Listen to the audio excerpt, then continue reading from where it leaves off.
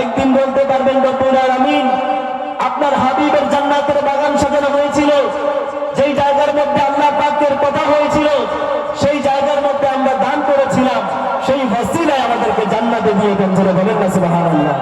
তাহলে সেই কথা বলতে পারবেন। তাহলে এই যে রহমত আমরা পেয়েছি, এতে আমরা খুশি না বেজার? আরো জোরে বলেন খুশি না বেজার?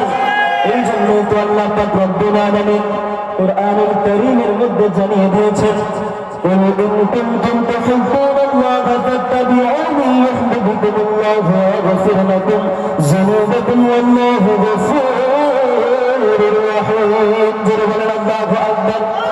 আল্লাহ পাক রব্বুল আলামিন কুরআনুল কারীমের মধ্যে জানিয়ে দিয়েছেন, হাবিব আপনি জানিয়ে দেন দুনিয়ার মানুষকে আপনি জানিয়ে দেন, তারা যদি আমি রব্বুল আলামিনকে ভালোবাসতে চায়, তারা যেন আপনি হাবিবকে আমি ভালোবাসে। জোরে বলেন সুবহানাল্লাহ। এই জন্য বাবা, আল্লাহকে ভালোবাসার আগে আমার রাসূলকে ভালোবাসার দরকার আছে না নাই? নারে তাকবীর, নারে রিসালাত। বিশেষ বছর আগমন, বিশেষ বছর আগমন।